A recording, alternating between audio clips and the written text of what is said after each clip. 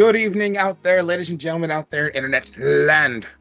Welcome to the NoSkill News Network. I'm your host, DJ, followed by my co-host, Brandon. Yes, hello, dude. So, I'm inside of a courtroom right now because we got a lot of legal news to cover today pertaining to the Activision Blizzard deal that Microsoft is currently going through.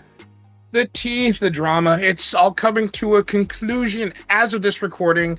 A couple days ago, the FTC Activision appeal did not go through.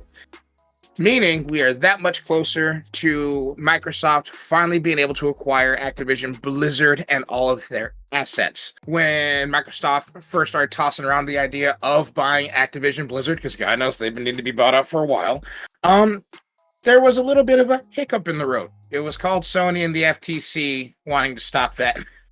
So, for those that don't know, the FTC, the Federal Trade Commission, they're the people that essentially have a say of who gets what and what goes where. And it's a whole bunch of sheboingery that basically said, Microsoft, you can't buy Activision right now. And through a bunch of court debates and a bunch of other appeals going through, and mostly Sony needing to provide evidence to show that Microsoft buying Activision would give them too much power. As of a couple days ago, the courts have said there is not sufficient evidence. There was actually a post made, and I will read that for you right now. 4 weeks ago, the FTC filed this action to preliminarily enjoin the merger pending completion of the FTC administrative action. Because the merger has a July 18th termination date, that's today, expedited proceedings were commenced. After considering the parties' voluminous pre- and post-hearing writing submissions and having held a 5-day evidentiary hearing, the court denies the motion for preliminary injunction. The FTC has not shown it is likely to succeed on its assertion the combined firm will probably pull Call of Duty from Sony PlayStation, or that its ownership of Activision content will substantially lessen competition in the video game, library, subscription, and cloud gaming markets. In layman's terms, Sony and the FTC thought Microsoft by Activision would give them too much power, and during the 5-day course, they showed no evidence to prove that. And with the whole, they would take PlayStation, they would take Call of Duty away from PlayStation. Not true, and they didn't provide enough evidence to say it would affect competition in the cloud gaming space. So here we are now. We have the ability, well, not we, but Microsoft has the ability to actually go forward with the purchase. What a lot of people don't understand is your big three game development and publishing teams are Sony, Nintendo, and Microsoft. So Sony started thinking that this would give Microsoft too much power in the game development and funding space and cloud gaming space, which just isn't true.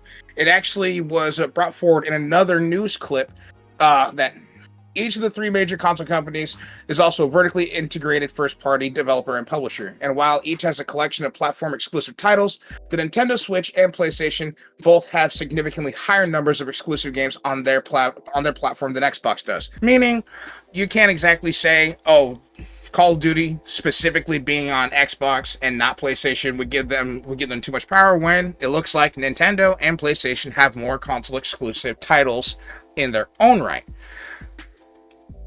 Granted, Microsoft had said several times that they do not plan on taking Call of Duty away from the PlayStation. Could they? Sure. Will they? No. It would affect revenue way too much. Let's be real here. With the next segment of the story, I'm gonna send it over to my co-host, Brandon. Take it away from here, bud. Yes, finally, dude. So, we have courthouse proceeding documents stating that as follows. Yes, there are content differences between the Switch and the PlayStation, but many of the most popular games on Xbox and PlayStation consoles are also available on the Switch, including Fortnite, Minecraft, Rocket League, Lego Star Wars, Fall Guys, and the FIFA, MLB The Show, and NBA 2K franchises.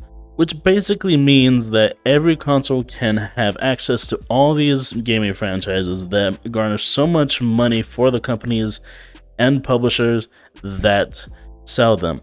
Not only that, Call of Duty is now going to be on Switch, so that is another franchise that you can add to that list outside of Xbox, PlayStation, or PC platforms. Now I'm going to send you back to Deed so he can express this further. And now it's looking like we are more free and clear from Microsoft to continue forward with the acquisition of Activision Blizzard. At one point, the FTC tried to file an appeal, but it was too close to the termination date, and the appeal did not go through. Now, with more on the story, I'm going to send it back over to my co-host, Brandon.